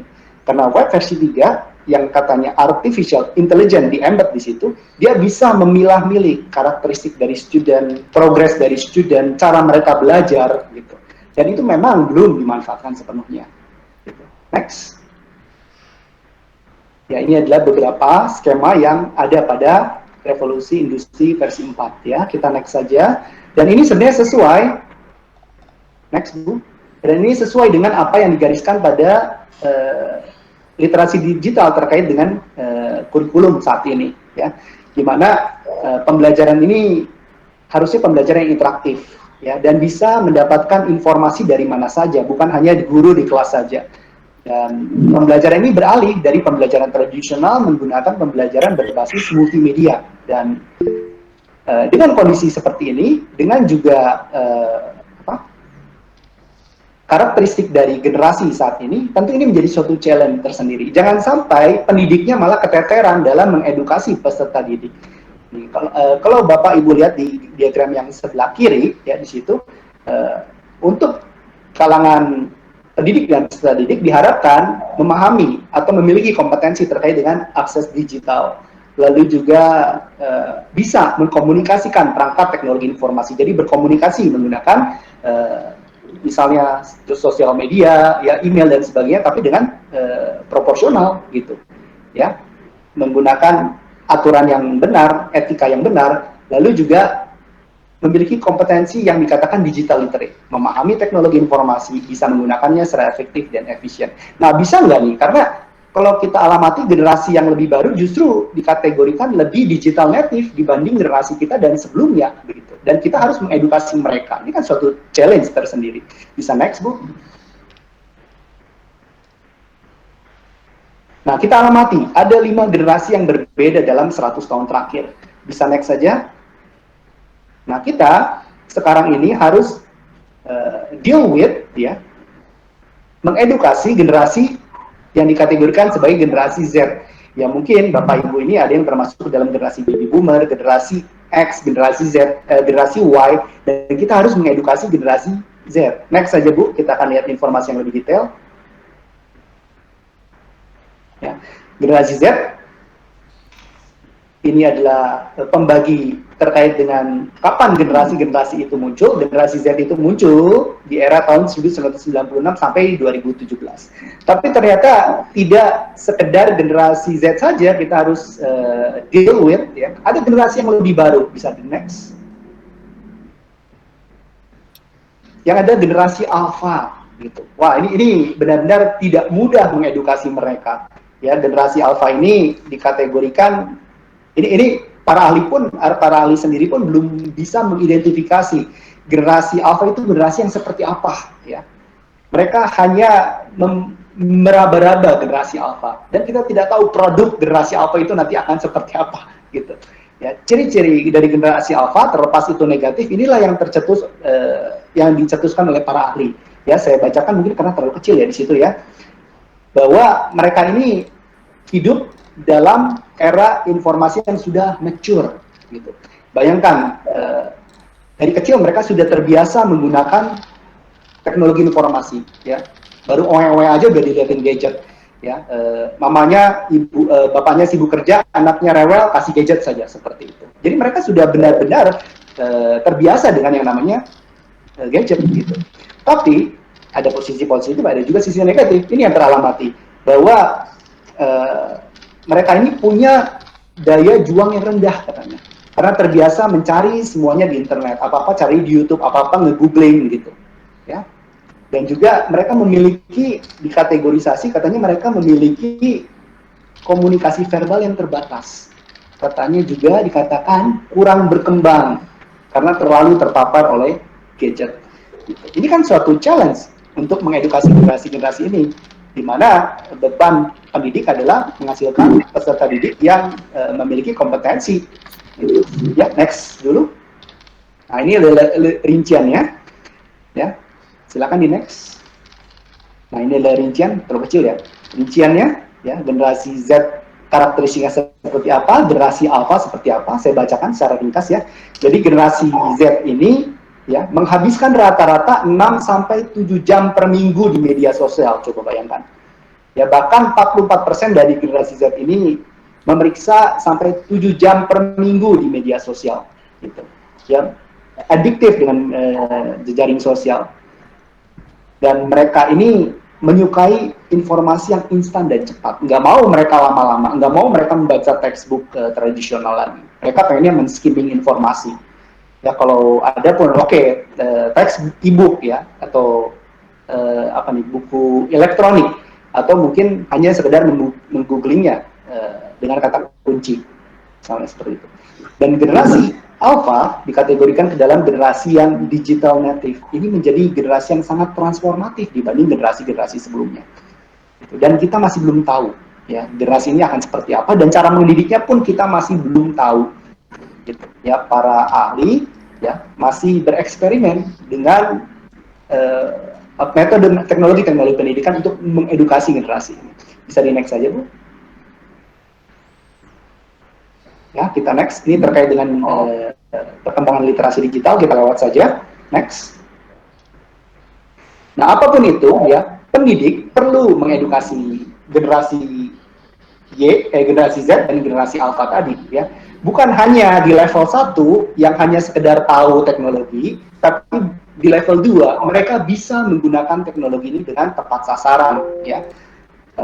Efektif, efisien. Tapi diharapkan lebih daripada itu mereka juga bisa mengedukasi lebih lagi, menjadikan peserta didik sebagai generasi yang kreatif, inovatif begitu. Ya, bisa nggak seperti itu? Jadi bukan hanya sekedar menggunakan, tapi menciptakan. Dan ini sejalan juga dengan taksonomi Bloom. Bisa next, Bu? Nah, yang lebih baru ya, ini taksonomi Bloom versi Anderson gitu. Jadi bukan hanya sekedar paham, ya, bukan hanya sekedar mengingat, bukan hanya sekedar mengevaluasi atau menerapkan, tapi juga meng-create. Makanya diharapkan generasi saat ini ya dengan segala macam kelebihan dan keunggulan tetap bisa mencapai itu, ya, higher order thinking level. Itu kan tidak mudah, gitu. Ya, next. Silakan di next, Bu. Nah, termasuk juga teori-teori pendidikan saat ini, back. Teori pendidikan saat ini bukan hanya ngomongin teori behaviorism lagi, kognitivisme lagi, tapi memunculkan suatu teori yang lebih baru, yaitu teori konektivisme. Dalam arti mendapatkan informasi ini bukan hanya terpaut pada pendidik saja, bukan hanya di lingkungan kelas, tapi dimanapun, termasuk juga di berbagai perangkat teknologi informasi yang tersebar di mana-mana, gitu. Di learning management system misalnya, ya, di portal atau di berbagai macam sebaran e-book atau berbagai macam portal-portal lain yang terdiri dari informasi. Gitu. Oke, next.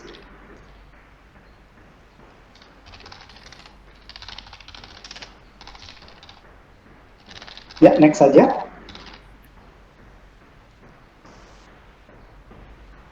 Ya, kenapa ini menjadi suatu challenging tadi ya? Saya rangkumkan. Peserta didik kita, dia menyukai informasi yang cepat. Ya, senang menggunakan informasi dari berbagai macam yang berbeda. Kalau mereka tidak mendapatkan informasi dari suatu portal tertentu, mereka dengan mudahnya meng-close, mencari dan mencari informasi di portal yang lain. Gitu. Ya. Dan juga mereka menyukai aktivitas yang sifatnya multitasking. Lalu juga senang memilih media digital, misal video, audio, ya. Dan saat ini pun, ya, 10 tahun terakhir, karakteristik dari peserta didik masih menggandrungi konten video untuk mendapatkan informasi, gitu, ya. Maka itu YouTube sangat populer saat ini, ya. Jadi kalau misalnya tidak mendapati jawaban dari guru di kelas, mereka akan coba mencarinya di YouTube misalnya. Dan mereka cenderung memilih materi pembelajaran yang menyenangkan, bermanfaat untuk saat ini, dan relevan untuk kebutuhannya. Jarang mereka memikirkan jangka panjang. Maka itu tentu perlu effort lebih untuk memotivasi mereka untuk belajar, gitu ya. Oke, next. Nah, ini juga yang akan nyambung dengan apa yang disampaikan oleh Pak Ika, ya. Jadi ada krisis COVID, lalu juga ada suatu solusi menggunakan teknologi informasi. Jadi beberapa institusi pendidikan saat ini sudah menghadirkan pembelajaran digital, ya, learning management system ini udah di mana-mana gitu, ya. Tapi tidak didapati bahwa semua dikategorikan siap. Ada yang mungkin awalnya blended learning, tapi harus transformasi ke e-learning penuh, misalnya seperti itu. Ya. Oke. Baik, kita lanjut saja yang slide berikutnya kalau begitu. Ini saya rangkum ya dari berbagai macam amunisi atau tool-tool pembelajaran digital yang digunakan di negara barat, termasuk juga beberapa di negara Asia, gitu ya. Misalnya nih, para pendidik dan peserta didik di-encourage menggunakan tool-tool amunisi seperti ini. Ya, misalnya learning management system, tool untuk menciptakan presentasi digital, lalu juga PLN, itu ada PLN di situ ya, bukan perusahaan listrik negara, tapi personal learning network. Jadi ini suatu tren di luar negeri sana, di negara barat. Mereka kerap kali memfollow orang-orang yang dikatakan educator gitu, dan mereka mendapatkan informasi dari berinteraksi di jaring sosial dengan mereka. Nah, apakah Bapak Ibu juga menggalakkan ini sedemikian sehingga peserta didik ini bisa belajar kapanpun, dimanapun, dan tidak memutuskan rantai koneksi karena mereka tertarik dengan jejaring sosial untuk bisa berinteraksi terus, tapi memberikan muatan-muatan yang edukatif. Oke, lanjut saja. Itu nanti mungkin slide-nya bisa di-share ya. Itu mungkin akan bermanfaat bagi Bapak Ibu semua untuk menggunakan kultur pembelajaran. Nah, jadi bentuk pembelajaran saat ini yang terakhir kalau disimak ya, tidak lagi menggunakan buku tradisional tapi sudah beralih ke textbook. Ya. Dan mereka juga sudah terbiasa belajar di jejaring sosial. Maka itu tadi tercipta personal learning network. Ya. Lalu juga mereka menggandrungi pembelajaran video. Jadi jangan mensuggest pembelajaran yang lain yang lebih baik dibanding pembelajaran video. Kalau itu kita ngomongin pembelajaran digital. Saat ini masih bertempuh dalam pembelajaran video. Challenge-nya adalah bagaimana Bapak Ibu membuat pembelajaran video ini semakin interaktif. Ya, sehingga bisa di-rehearse, diulang lagi, gitu. Ya. Lalu juga pembelajaran konferensi video atau teleconference, ya, semisal ini banyak sekali perangkat-perangkat digunakan seperti Zoom misalnya, Webex, Google Meet dan sebagainya. Ya, dan juga menggunakan berbagai macam learning management system. Salah satu yang diperkenalkan oleh Pak Eka adalah berbasiskan Moodle yang katanya open source, jadi bisa dimodifikasi sesuai dengan kebutuhan, ya, tanpa harus menyalahi hak kekayaan intelektual. Dan mereka juga pendidikan saat ini juga sudah menggunakan virtual reality, augmented reality seperti game Pokemon ya. Nah, itu kan menarik gitu ya. Dan juga online game. Salah satu online game pembelajaran yang cukup populer ini dibuat oleh Google ya, yang namanya Google Expedition. Ya, Bapak Ibu bisa mencoba betapa menariknya Google Expedition ini. Jadi mahasiswa ini atau peserta didik ini ya, siswa bisa diajak untuk bertamasya sekaligus belajar. Misalnya mengunjungi tempat-tempat sejarah, ya. Lalu juga sudah menggunakan berbagai macam robot untuk membantu pembelajaran, karena di situ juga terembed kecerdasan buatan. Lalu ada chatbot, ya. Dalam arti kalau misalnya di LMS ada chatbot, ya Bapak Ibu nggak harus selalu memberitahu hal-hal yang sifatnya repetitif, ya, yang mendasar, tapi sudah digantikan oleh AI dengan chatbot. Jadi dengan misalnya nih, IPS itu singkatan dari apa? Chatbot akan langsung secara intelijen dia akan mengatakan ilmu pengetahuan sosial dan sebagainya. Ya. Lalu juga ada knowledge management system. Ini sebenarnya peningkatan lebih jauh dari learning management system. Ya, ini sudah ada AI-nya, ya, sudah ada memperbasiskan web versi 3-nya. Dalam arti kita bisa mengarahkan peserta didik ini bukan hanya sekedar ngisi forum, berdiskusi, tapi juga kita bisa menganalisa progres mereka dan memberikan pembelajaran yang sangat personal bagi mereka. Ya, bahkan juga bisa memberikan suggestion bagi para pendidik terkait dengan hasil pembelajaran mereka dengan adanya knowledge management system yang berbasiskan AI. Nah, itu tren pendidikan saat ini dan di masa ya saya kira 10-15 tahun ke depan akan seperti itu trennya. Oke, baik, terima kasih Bu Yuli untuk waktu dan kesempatan. Oke, ini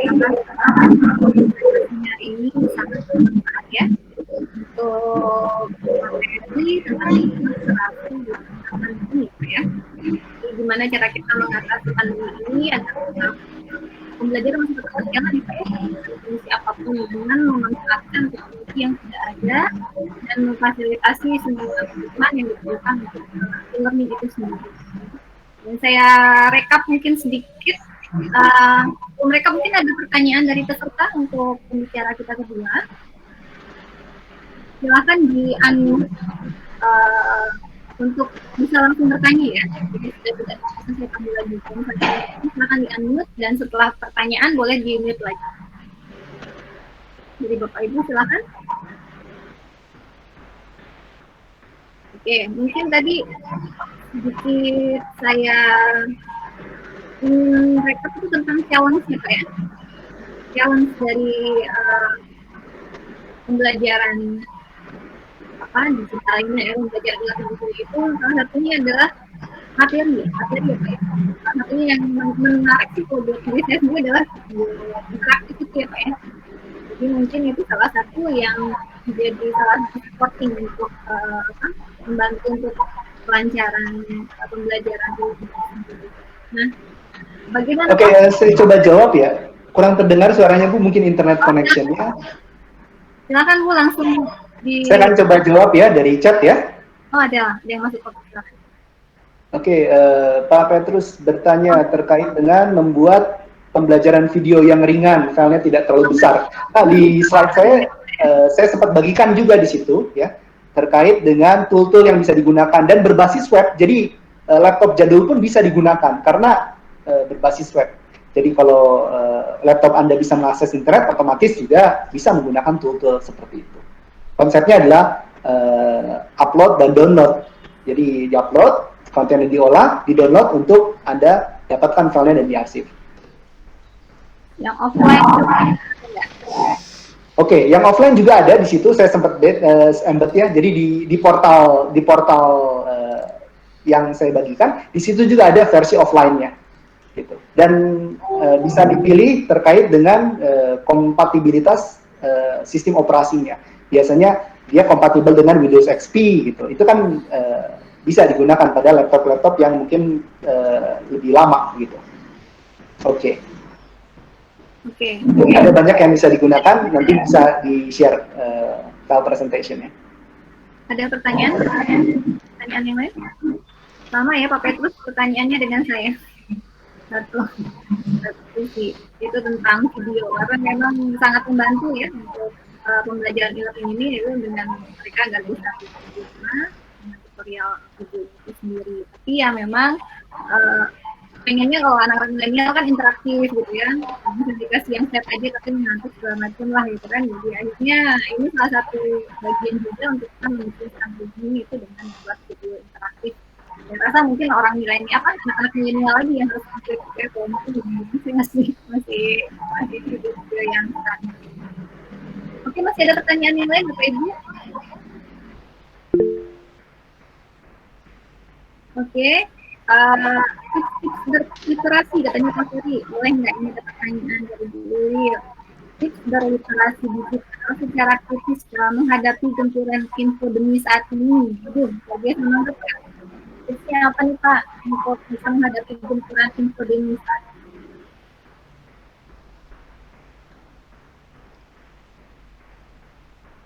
Bisa Pak Ferry dijawab? Oh ya, oke. Nah itu dia kepentingan dari digital literate ya. Jadi kita bisa menyaring informasi, mana yang benar, mana yang tidak, mana yang penting, mana yang tidak gitu. Ya, salah satunya adalah memastikan sumbernya benar tidak gitu. Ya, kebanyakan kan gempuran informasinya informasi yang sifatnya hoax yang tidak berguna dan bahkan memunculkan information anxiety gitu.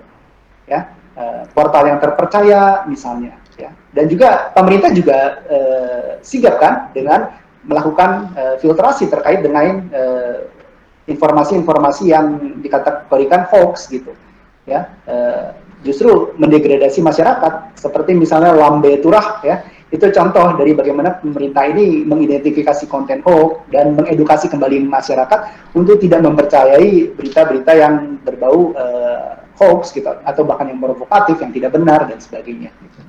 Jadi saluran-saluran itu sudah tersedia. Oke. Pak Indra nih bertanya, apa harapan Bapak pada generasi milenial terhadap literasi digital saat ini? Oke, apa harapan sehubungan generasi milenial terhadap literasi digital? Ya. Ya tentu ya, untuk bisa kompeten dan kompetitif ya, kita harus melakukan transformasi secara individu, secara organisasi dan secara masyarakat. Jangan sampai kita tertinggal sedemikian sehingga kita dikategorikan gaptek ya, tidak digital literate, sehingga kita terbelakang dalam segi pengetahuan, teknologi dan informasi gitu. Dan ini beban ini berfokus pada para pendidik sebenarnya ya.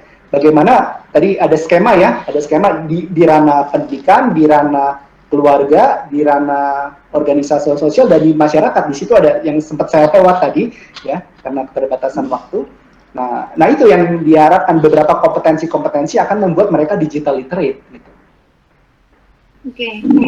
Begini Pak, mungkin satu lagi. Ya, dari Pak Petrus, selanjutnya pertanyaan Lil. Bagaimana saya tahu bahwa informasi itu hoax atau bukan? Oke, di Indonesia sendiri ya, yang dikategorikan media yang adalah certified gitu ya, itu terbatas. Ya, hanya sekitar 30-an gitu loh ya yang terregistrasi di Dewan Pers. Dan selebihnya itu web-web yang bertebaran di sana yang menyebarkan informasi benar-benar sangat tidak certified, bisa dikatakan seperti itu ya. Dan bagaimana nih cara mengalamatinya? Ya tadi dengan mengalamati website-website yang terpercaya. Ya paling mudahnya kita menggunakan saluran pemerintah saja. Seperti misalnya apa nih? Yang saya katakan pemerintah juga menggunakan jejaring sosial semisal Instagram ya untuk mensortir. Oke, ini berita tidak benar, maka dia pemerintah mendistribusikan itu di berbagai jejaring sosial atau di seperti Instagram, Twitter dan sebagainya. Nah, kita juga bisa mengandalkan itu karena memang tidak mudah ya mengidentifikasi berita ini benar atau tidak. Gitu. Maka itu pemerintah sampai turun tangan kan. Dan juga apalagi bukan hanya di portal-portal web saja, tapi mungkin dibagikan di berbagai macam messenger seperti WhatsApp dan sebagainya. Nah, itu akan membuat kita semakin kebingungan kan, information anxiety tadi. Nah, kita bisa mengandalkan kanal yang diberikan oleh pemerintah tadi. Oke. Mungkin hari ini yang sudah kita siapkan terbatas. Oke, saya akan rekomendasi ya Pak ya dari pertanyaan-pertanyaan. Terima kasih juga untuk semua partisipan yang sudah aktif pertanyaan webinar hari ini.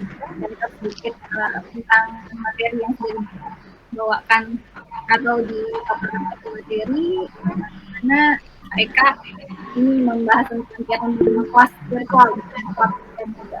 Jadi harapannya dalam ini pengalaman belajar menjadi lebih mudah ya Pak ya, praktis, menyenangkan gitu kan. Terus pendekatan yang lebih personal kepada setiap siswa, gitu ya. Siswa dapat dimonitor dengan lebih mudah. Dan otomatis menghemat biaya pembelajaran serta semua database atau data itu menjadi perkuliahan materi nilai gitu ya. Jadi mudah untuk kita mengumpulkan data-data ini juga membantu kita untuk mengatasi kondisi pandemi saat ini untuk agar kita bisa tetap belajar gitu kan di media yang tapi mungkin literasi digital yang sejalan dengan memang kurikulum yang ada saat ini, sehingga pembelajaran interaktif dari berbagai media dan sumber pengetahuan ini menjadi sangat diharapkan lebih tinggi ya. Misalnya tadi tentang bagaimana peserta didik dapat menimba ilmu siapa saja, kapan saja gitu ya, ini menjadi salah satu tips untuk masa pandemi ini. Dan pembelajaran berlari ya, beralih dari pembelajaran kita di sini sekarang akan media dari dengan supporting dari teknologi serta media-medianya. Ini salah satu materi yang disampaikan oleh pembicara kita hari ini, Bapak Dr. Jerry Suyanto dan Ika Angga. Gitu. Nah, mungkin ada peserta yang bertanya tentang kuesioner hari ini, kita akan kirimkan latihan untuk mendapatkan feedback tentang evaluasi lah ya untuk sekarang dan evaluasi mungkin itu yang ingin saya sampaikan hari ini. Mungkin ya, terima kasih atas kehadiran Bapak Ibu sekalian untuk dan adik-adik mahasiswa juga mungkin ya untuk acara hari ini. Semoga apa yang sudah Bapak ingin kita hari ini bisa bermanfaat dan menjadi ilmu untuk kita semua yang bisa menghadiri webinar. Terima kasih juga untuk Ibu Kapolri yang sudah menyimak hari ini. Why juga mendengarkan gitu ya. Ini akan berlanjut mungkin untuk webinar selanjutnya karena ada yang request untuk demo yang kayak tadi lagi yang mungkin bisa dijadikan ada yang mau ditambahkan sekali lagi sebelum fokus ya mungkin saya dikit ya. Kira kita open aja, nanti kita udah siapkan satu website khusus ya, jadi bentuk pengabdian kita kepada masyarakat itu dengan nama ilmudaring.id. Nanti teman-teman SMP, SMA atau institusi lain nanti kita bisa atur lah skemanya bagaimana untuk kita gunakan sama-sama nih di sini. Diuji cobakan ke siswanya, ke pengajarnya, seperti itu bareng-bareng. Ya, nanti tinggal kontak aja untuk follow up berikutnya. Oke, jadi Pak Eka membuka untuk forum daring ya Pak ya, dan mungkin bisa membantu mungkin ada ini Pak, istilahnya kayak trial gitu Pak, yang free dulu agar mereka bisa Iya. merasakan. Masih under construction, bentar lagi live lah gitu. Sementara di ekaangga.com aja dulu, learning.ekaangga.com itu yang tadi trial ya. Itu bisa. Yang memerlukan nanti berikutnya tentang e-learning boleh kontak Pak Angga ya, Pak Eka Angga. Nah, ada lagi yang lain? Satu aja mungkin. Terima kasih atas atensinya hari ini. Tapi teratasi. Terima kasih untuk pembicara kita hari ini. Mungkin malam saya ucapkan alhamdulillah bermanfaat. Oke, assalamualaikum warahmatullahi wabarakatuh. Silakan kalau misalnya masih mau dilanjutkan. Oke, mau ada foto bersama dulu nggak Pak? Foto bersama, semua kameranya on. Sambil saya screenshot foto bersama kalau misalnya berkenan. Semua kamera on, foto bareng. Kameranya on Yo ya. semua. Pak Eka bisa bantu screenshot Pak? Bentar. Ya. Ini masih terekam, rekaman. Kita sudah recording dari awal, saya. Oke. Upload ke YouTube boleh. Ya. Siaran ulangnya. Oke, boleh di screenshot 1, 2, 3. Apa ya 1, 2, 3? Pak Eka mau Ya. sebentar satu halaman lagi ya. Dia simpan dulu.